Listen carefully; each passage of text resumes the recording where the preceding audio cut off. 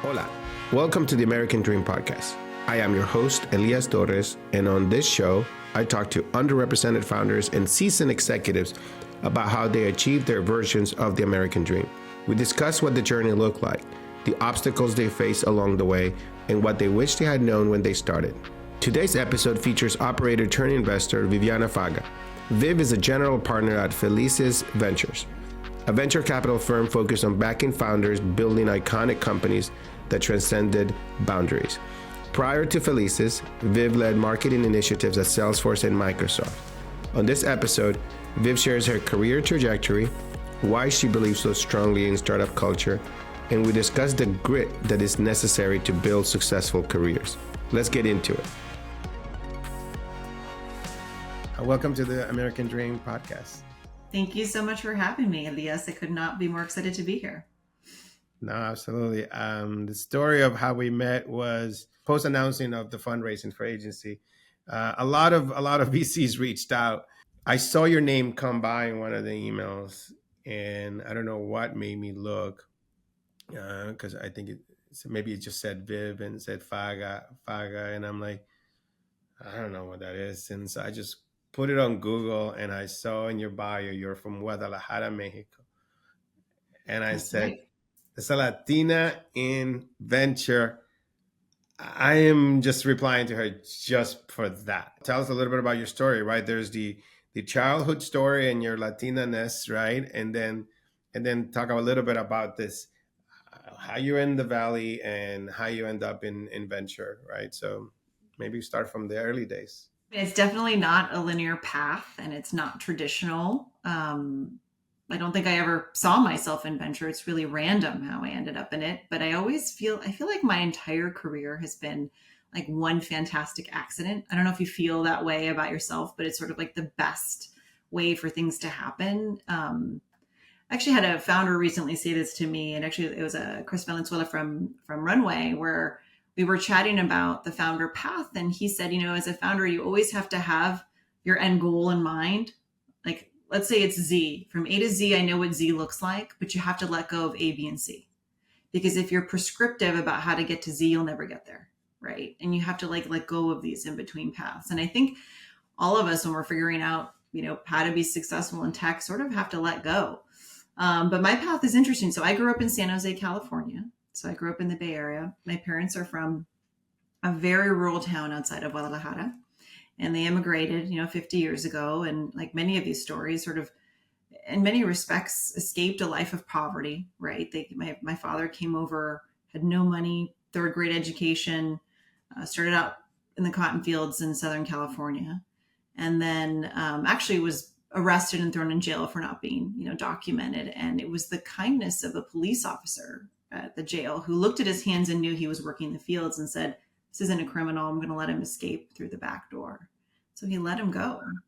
And that changed our lives, right? So then my dad kept working and then ended up starting his own small business. So he's an entrepreneur too. And so I helped him. He couldn't read or write English very well. And so what's funny is I would write all the business checks and balance the budgets. But he's a very smart man and incredibly hardworking. And so Padilla Gardening Service was the name of the company. That's my maiden name.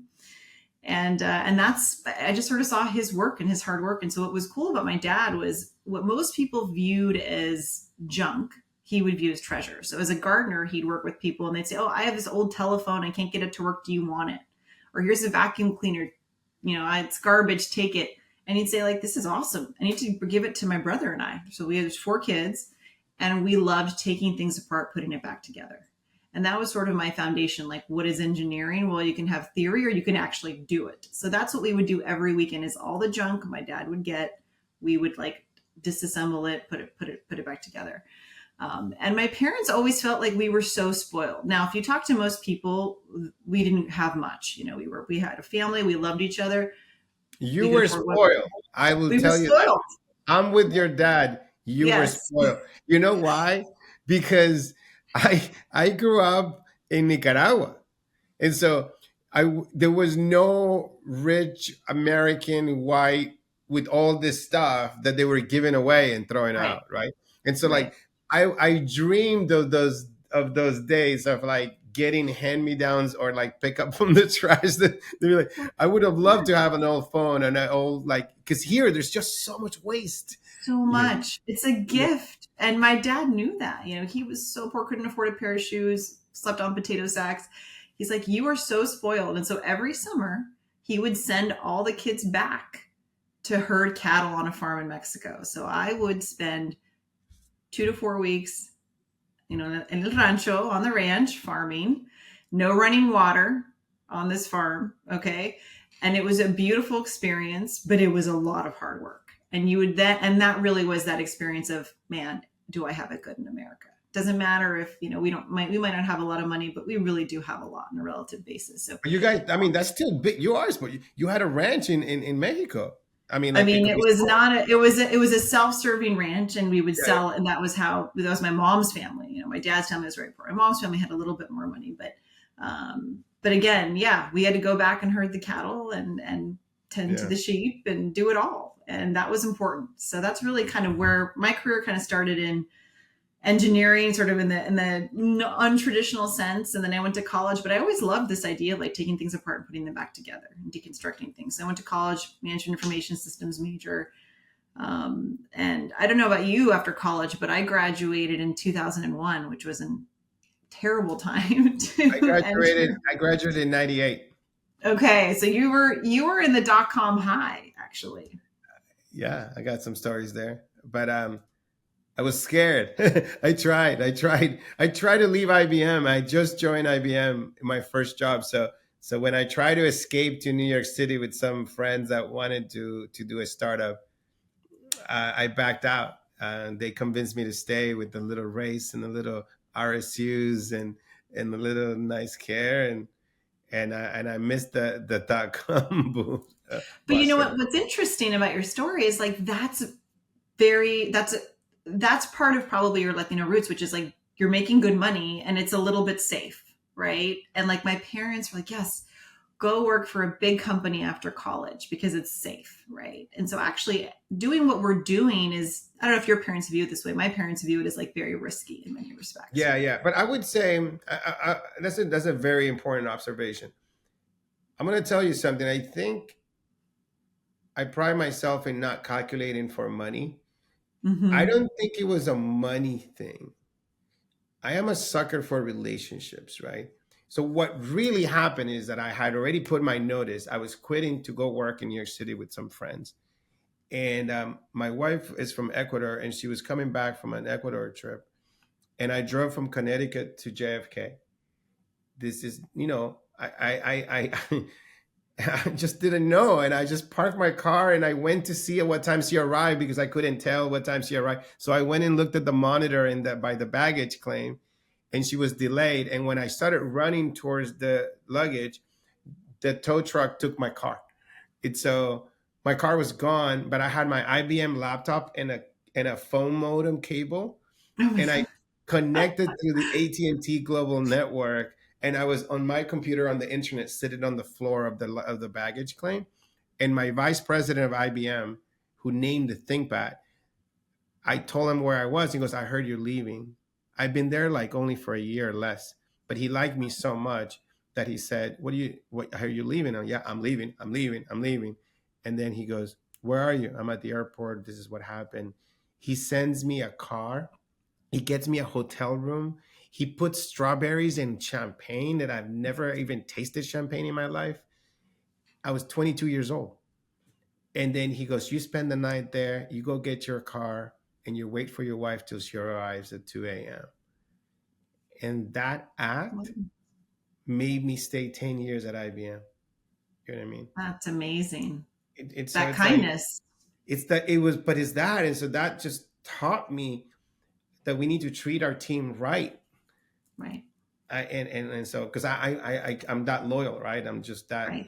I'm that thankful and grateful. So it was not the calculation or the safety. It was like, That he meant a cared. lot to you in that moment. You were, yeah. I mean, I think a lot of founders, we expect so much of everyone that works for us, but it does matter when someone looks out for you. There's a lot of loyalty you can learn from that.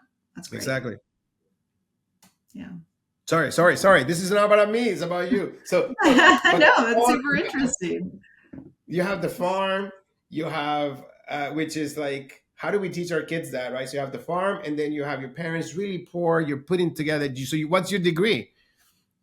Management information systems. So I loved, so That's it was what a I did. blended. That's what I Oh, did. so you did. Okay, great. So blended CS and business degree, which was fantastic. It was a good mix. And I thought about going to business school, but I ended up not going down that path because I found business school was great for people who wanted to change careers, but I was having so much fun, Yeah. doing what I was doing at Salesforce that, Yeah. So where'd you go to school? I mean, yeah. for you, Salesforce is like me, IBM. I'm jealous. I wish I would have been at Salesforce.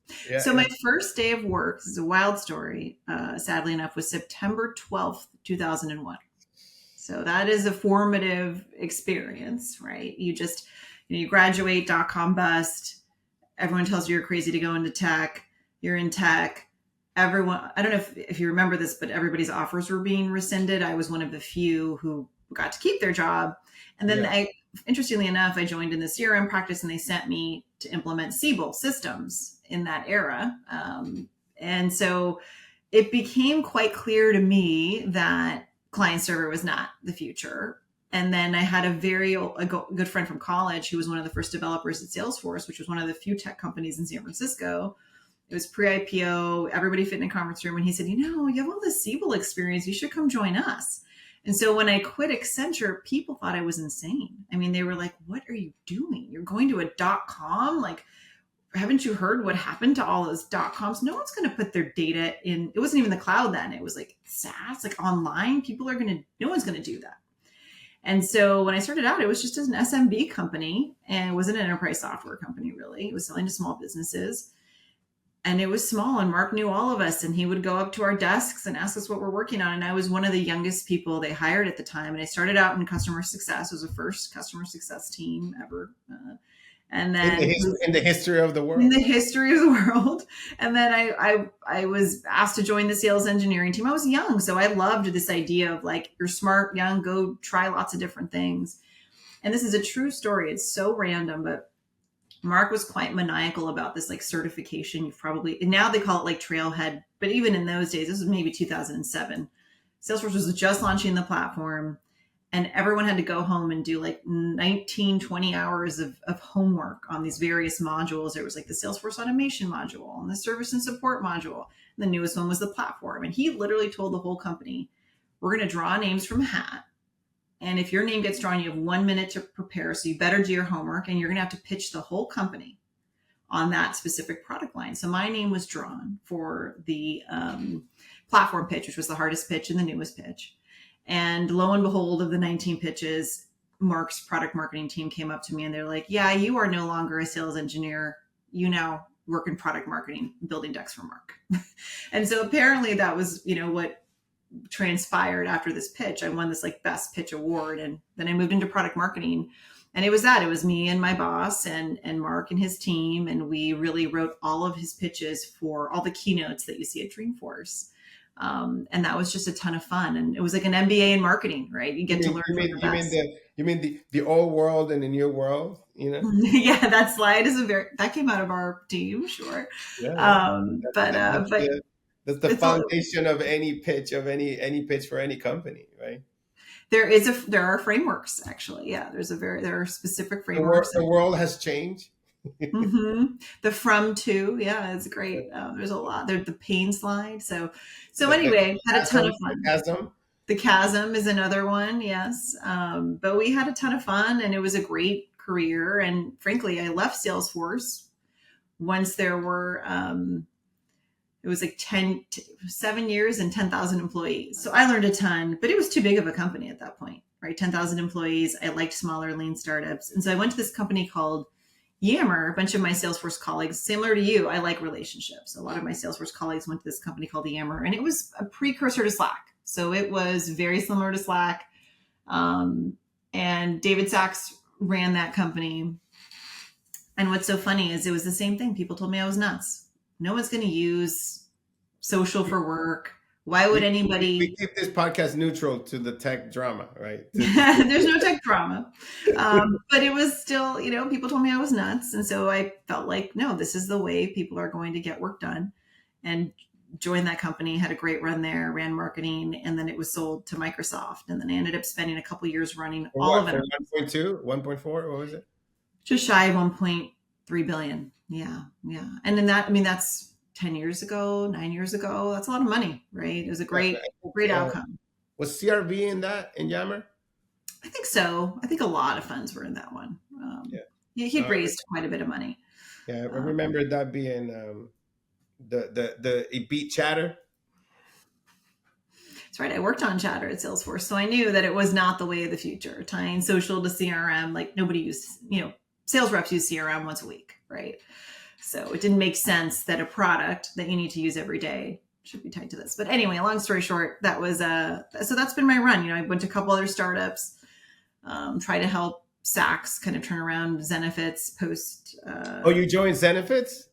I did that for just shy of a year. It was not fun. No, it was after Why? Parker had left. So I don't, know much about what happened there, but Sachs was running the company at that point. He asked me to come and try and help him. And I think pretty quickly we realized that you really couldn't turn that business around no matter what you did. But Unless you were Parker. maybe, who knows? He did it with Rippling, I'm saying. He's sure turned it around. But he built a bit of a different business, right? Yeah. Sort of. I mean, I guess I don't know that, but they have a PEO now, right? So Rippling, that's what we use for agencies. So I Sure. get my benefits through them.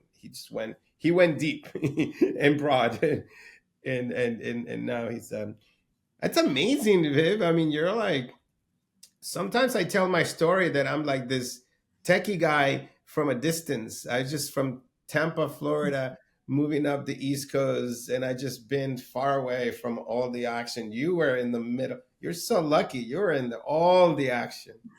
You still Yep. are in all the action. Yeah, it's a ton of fun. I feel really lucky. Like I have been in it and I've seen the good and the bad. Actually, Zenefits was great to see what you don't want to happen to a company. And, I can't speak to the particulars of why what happened, or I fault no It doesn't one, matter. but you just, It doesn't matter. I mean, this yeah, is just the point is though, that you never want to get there. Right. And that's because I think it's a great company with a lot of potential, and things just didn't work out. Viv. I mean, this podcast is for first foremost Latinos. I think I want to showcase Latinos and all immigrants of I believe in role models, right? I believe in people. What I mean by a role model is like Mark Benioff is is a role model for me. I don't need to know him, but he's a role model. You just want to get to know why he's a role model, right? And so, and there's role models that you know and you meet and blah blah blah. But I want to put here people on this podcast so people can see what's possible. Because when you see someone like you, right?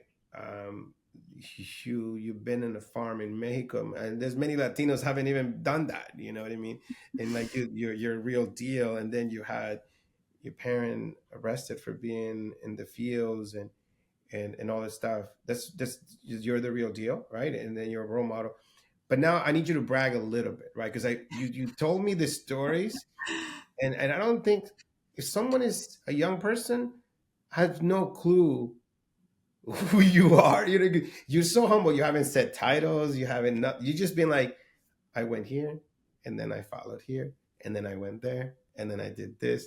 Now let's do some bragging. Let's drop some numbers and well, let's before you do that, like you're a venture capitalist at Felicis Venture, right? Drop some numbers. Just go for it. Just so people know, like. So I've been at Felicis for about 3 years, and the fund is about 15 years old. And we have about 3 billion in terms of assets under management. And the claim to fame for the firm in terms of companies invested. So it was a first or very early investor in Canva, Shopify, Adyen, Notion, to name a few. And I think the claim to fame is that we're a very diverse fund from a people perspective, and just how we think, right? And I think we've always followed entrepreneurs and we've invested in them no matter where they are. Now a lot of VC funds do that, but in the 15 years ago, Iden will talk about how he had to get on a plane to Ottawa. Nobody wanted to back Shopify because they didn't want to get in a plane and get to Ottawa. And he said, no problem, I'll be there, right?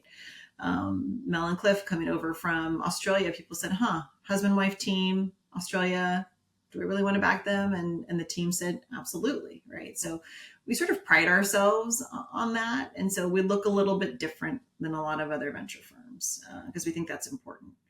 And then, I've been lucky. I've backed some pretty incredible companies in my 3 years here. One of them is Runway ML, which is building, the leading foundation model for video and image generation. They just announced a huge partnership with Lionsgate, first of its class. I think OpenAI is trying to copy them. To give you some perspective, it's just an incredible, incredible company. And Chris is just, and his team, just phenomenal in terms of just like, again, I feel like I've been lucky because in my career, I've tried to pick what I call waves, right?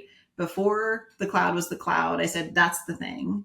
Before social became a thing, right? And then of course, Slack came in with whatever, $20-30 billion outcome.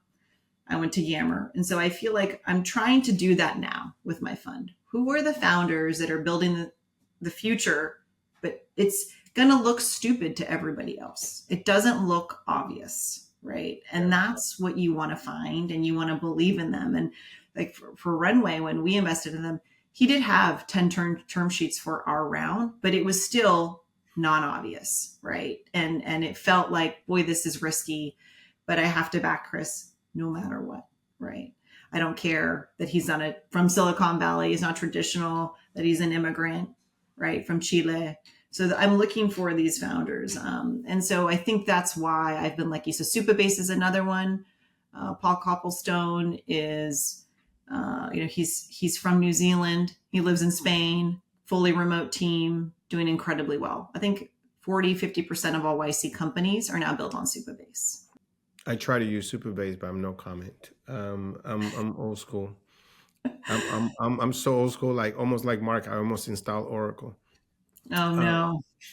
No, just kidding, just kidding. But brag more, Viv. Brag more. Do it, just do it. Like I'm just trying to give people an idea. Like you have the power to write checks. What's the min? What's the max of a check that Felicis would write if you're behind a founder? Smallest check I've written is probably $500,000, and then the biggest is, probably Mother Duck, which is, how large was that check? By around 30 million, right? Yeah. So quite broad. Yeah. Seed, Series A, B, predominantly, N of 1 companies is really our rule of thumb. Yeah. And our goal is to find them really early and partner with them early and be an incredible partner. And I spent 17 years building companies, right? That is not easy in a grueling market, right? .com bust. Remember, there was that whole recession in 2008 to 2010. So I saw the highs, and then I also saw some lows, right? And it's like, you kind of want to see both. We are young and experienced. You know what I mean? It's like, absolutely. Where's my crow's nest? We all have them. Yeah, I'm just looking at my bags and my. But the thing is, no. It's like most people in their lifetimes. I just want to make sure the audience understands. You have worked with consecutively with the top companies in the Valley. You survived such a long run with Mark. Most people, founders will burn you out and chew you up to pieces if you don't measure up. You are a true, like, I don't like to say if somebody has 14 years of experience. I don't care. You are one of the few, right? You are the top of the top that has learned, that has delivered, that has operated, because a founder burns you out if you can't keep up with them, right? Right. And then you do that. You work with very difficult people, and that they are very, very intense and under very stressful times, and so you must deliver in order to stay around, because otherwise they wouldn't keep you. These people don't mess around, and so you're a legit operator, executive leader, well paid. You have earned stock. You made a lot of money, And now Felicis sees you and says, of course we want you to be part of the team, right? And now you are applying your experience and you're writing checks, up to, whatever, 30 million, you can maybe more. You have billions under management. You're a full partner, right, at the firm, right? Which is That's right.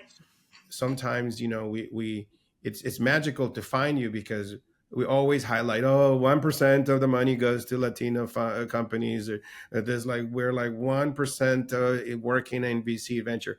We're looking here to the one in a million, right? That is it's a partner at a big firm. Congratulations, much respect. Thank you. And it hasn't been easy, and it hasn't been linear, And he hasn't been um, short. Yes, it and it hasn't. hasn't been short. I had to work for a long time to get here, and I feel lucky. It's a gift to get the chance to work with these founders. But I do think it's very important for VCs to work. I think maybe there's a dividing line in venture where some folks will say, hey, you don't have to necessarily work at a startup. And I just think, man, if I could give any junior venture person advice, the Latino, go work for a very fast growing startup, be the janitor, it doesn't matter. Go Yeah, learn the ropes. And because when you're around such great talent, you learn so much. There's nothing you can read that can prepare you. There's no Harvard Business Review case study that could ever get you ready for what that's like. And I mean, you worked at Drift, you worked at HubSpot. There's nothing like that experience of like a customer hates you, your product sucks, everything is failing. Maybe a competitor's outmarketed you, outgunned you. I talk a lot about that. I mean, I love very competitive markets. Unlike a lot of VCs will say, I want to find, these markets where there's no competitor. I love competitive markets because then to me it says, oh, there's a real market here. And then I want to go teach my entrepreneurs like how to absolutely assassinate them. I derive like so much joy when a founder calls me and they're like, oh man, this competitor, they just copied everything. They copied my whole website. And I'm like, good, it's working, right? And like, let me teach you then how you go after them, right? Because that was Salesforce. There were always a million I feel like competitors. that's Mark speaking right there. Yeah, but that's how I was trained. You're like, And if, you're like, and if you're a founder who's like, oh, that's too hard on me, I can't handle it, then I'm not for I you. don't know him. I don't know him, but I feel like I just like just Mark just came out and be Oh like, yeah, Mark is like, let's just, where's that knife and how do I and have fun with it, right? But it's fun. It gets fun. yeah, It's a great experience. So, and Saks is the same way. I mean, Saks is like, oh, you want to come for me? Like so I like to work with but I them. think I'm gonna say this. I'm always super blunt. I think that that's the white confidence. I think that's the white Hmm, entitlement. I think interesting. that I would say immigrants, we're always on the defense. We're always like behind, and we want to help people get to that level, right? It's like because we always think like somebody's giving us a favor, or like we are an opportunity, or we don't deserve something or whatever. But it's like me, for example, now bring me anyone. I don't fucking care. Like, bring me whoever you want. This ain't, you copy me, I'm gonna kill you. Like, do not mess with my shit anymore, right? I'm ready for it. But I'm in a better position to handle that, right? But before, you're like covering on the bases, and you don't know how to fight. You don't have friends. You don't have strategies. You don't have that, and you feel like you're gonna lose everything. So you rather win something and not, right? At least that's my perspective, right? Is like Yeah, versus when you're like you've been here, you've been around money, all these people, you have this stuff, then you build this confidence of how to fight, right? right, I mean, we might be as immigrants fighters inside, but we do not know how to unleash that, right? right, right. With the confidence, right? That somebody's been here, because now that I've seen that, right? I mean, like I could, be like, yeah, why not? I'm gonna kill you. Don't touch my shit. Don't come after my customers. I will destroy you. But you need to be in a better position first, like, to get there, or to feel comfortable, or not care, right? And so that's a very, very powerful thing you just said, that we need to make sure that people know it. You got to fight. But how do you get there, right? You don't get there, but you don't get there with handouts, right? And I think Yeah. that's something my parents taught me, and like you have to get, if anyone gets it in their head, like someone's going to hand it to me for XYZ reason, get it out of your head. It's Yeah. earned. It's Yeah. earned through hard work, and it's earned by being the smart person in the room that gives really good advice. And I can tell you that, there are no handouts. Like working for Mark, working for Saks, it's like, is your work product exceptional? If it's not, like, get out of the room. Like, I've seen both of those CEOs have fired people in front of me within 5 minutes of interacting with them. I would get yelled at. I would be on Glassdoor if I interview someone too rough, right? And I was Mm, like, okay, I have to be this person, but I don't have time right now. Like I interviewed this guy. It's like that he's telling me has all this experience, and he's like, I help my team with best practices. I help. Let me show you my slides. Guy has slides and is an engineer, and I'm like, stop. What did you do? Tell me about a project. Tell me something you wrote. Tell me something you scale. And the guy would just be dancing around this, right? hmm, And so I was super rough, and I interrupted and I stopped him, and I was like, goodbye. And somebody else told me, well, what about work life balance? I'm like, maybe it's not a good fit. Goodbye. You know right. what I mean? Goodbye. And so, but before I would be scared. Like I'm no longer scared. If somebody Yeah, goes and writes a shouldn't be. glass door, you know what I mean?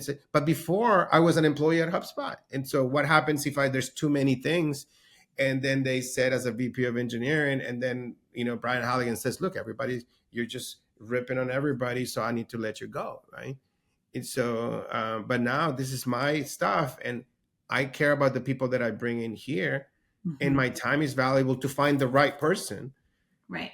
And if this person is not going to show me their actions or their interest or their commitment, I move on to the next one. And so, like, Yeah. but I'm saying, like, Mark and David did that, but sometimes we're scared of being who we need to be Right. tough, right? Right.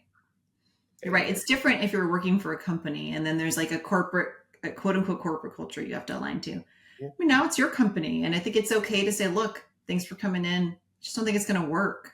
And part of it is learning to just be respectful in that moment. I'm with you. I have plenty of people that worked for me when I was a CMO. So I was a CMO for a very long time, right? So I was very young when I went to Yammer to be the VP of marketing / CMO. And there oh, were a you lot of were people. CMO at Salesforce too?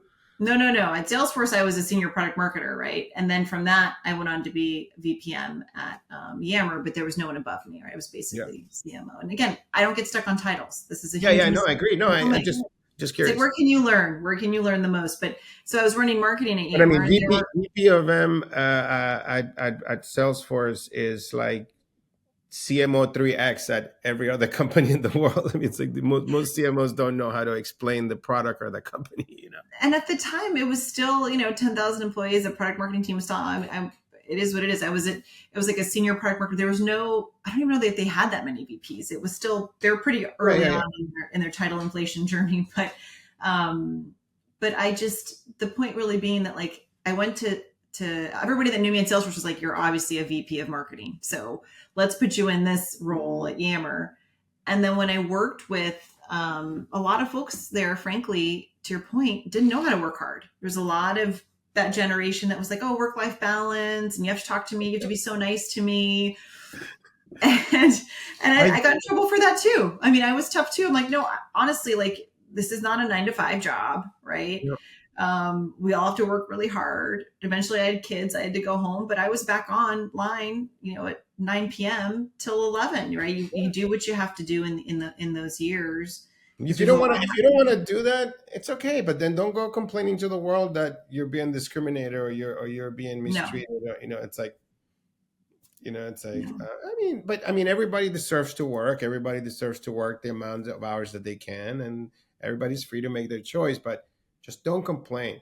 I mean, that's the part that bothers me when people But you complain. got to choose what works for you. If you don't want to work those hours, there's plenty of places where you can, work 40 hours a week. And then if you're going to choose to go work at a fast growing startup, you're going to know the hours are going to be different. It's just different It's expectations. Yeah, I give the same advice. It's like my kids are studying CS. I have two, three. The third one applied, but my daughter worked at a couple startups, well, for the Northeastern for co-op, and then she's like, I want to work at a big company. And she got a job at Apple for the summer. Wow.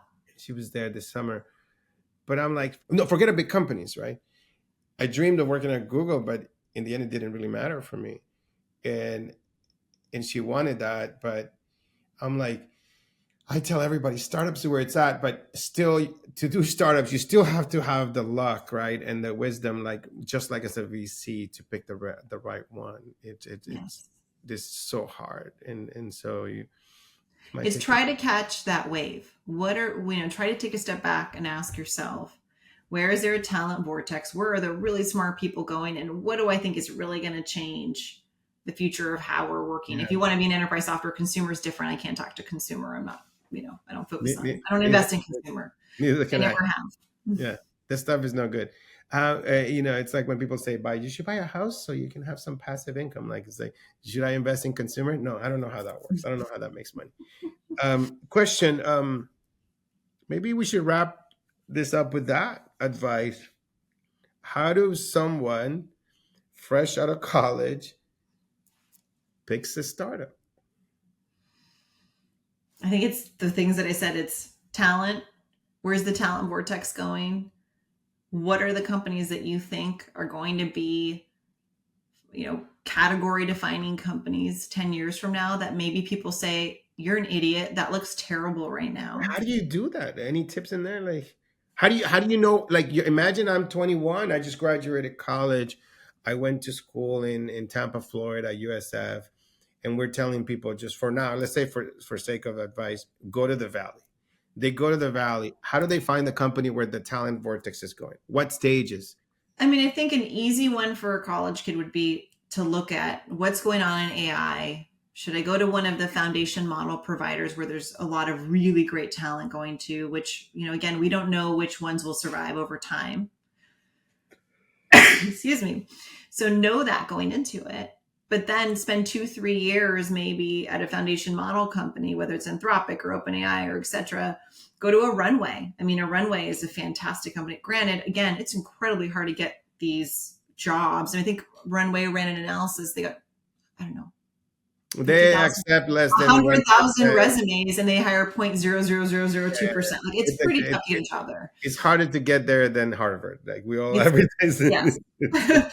but That's the playbook. like, find those, apply to a lot of companies, but also try to find a good internship. It is about connections, right? And just be humble and show that you're willing to work hard and, But and what give I'm it. saying is like, at what stage would you pick Runway? Like Runway now, I mean, should we giving advice to a 21-year-old, right? It's like find the company that already raised more than $25 million. Or Probably. I it's the think simplest anything thing. sub 25 is too risky, and it could go under and you'll learn a lot, and that's fine. There's a college kid that just called me in this situation, went to like 2 or 3 startups, all of them failed, in a little bit of a tough spot now, right? Whereas Yeah. if you went to, more of a traditional AI company for 2-3 years, you'd have that, you'd build a relationship and networking, then go to a much earlier startup, that hasn't raised as much, that you're really passionate about. Like, you have to have that belief and that passion. For my career, I really believed that Salesforce was going to kill Oracle, and I was right. But I believed it when no one else believed it. I really believed social was the future of work, and I Did felt they like, did they kill Oracle? yeah, they got bought. Well, they killed Siebel, which was bought by Oracle, right? But now the database wars are heating up, so that'll be actually an interesting. We'll see if Salesforce does anything in that arena. With Yammer, it was I totally believed in social. There were a couple competitors, right? I went to one prior to Yammer actually, and I knew just based on the Which ones were the technology. competitors to Yammer? If I Well, there remember was that. Chatter that I worked on, but I knew tying it to CRM didn't make sense. And then there was a company called Jive Software, which ended up Yeah, getting Jive, acquired. Jive. Yeah, It went absolutely. public, and then I was there for the IPO, Hey, but it was. actually, I was competing with you with Yammer because I was helping IBM with the Lotus collaborative suite. We had it was Lotus. I built the blogging system for Lotus, and then we had there was what's it called, Lotus Community. I forget what it was. It was a suite of products. We did a blog, we did a wiki, and there was a Yammer, like I forget the names of it. Yeah, there was an IBM product too, because he went to Microsoft, right? Because he was Microsoft Yammer, and I don't know if it was before Yammer or after Yammer acquisition. But you're making a good point, which is it seems obvious, but the reality is it was very competitive and nobody knew which one would win. But I sort of dug into like the technology, which was they had this like really cool. Actually, they released weekly, which was totally verboten in the it was just so unique and rare in the enterprise space. Nobody released weekly, right? Jive and everyone Yeah. else released every quarter. And so I'm like, oh, this is the future right here. So anyway, you've got to find all of those parameters, and you've got to find the one that you think has the most legs. And if you get it wrong, it's okay if you're young, right? But build that network, make those friends, show your hard work, because that will propel you. I mean, every job I've had in my career, someone called me and said, I worked with you before. I really want you to come do this now. Yeah. No. I love that. Yeah. I mean, I think we got to share to the future generation the wisdom, but only for those that are hungry, that want it, right? Mm-hmm. Again, No victims, no chip on your shoulder. Just got to do the hard work. That's it. No handouts. No handouts. Yep. Yeah. Thank you so much, Viv. It's a pleasure to do this. Thank you for coming on the show. Thank you for having me. It's been great. Thank you for listening to the American Dream Podcast. Make sure to subscribe so you never miss when a new episode drops every other Tuesday.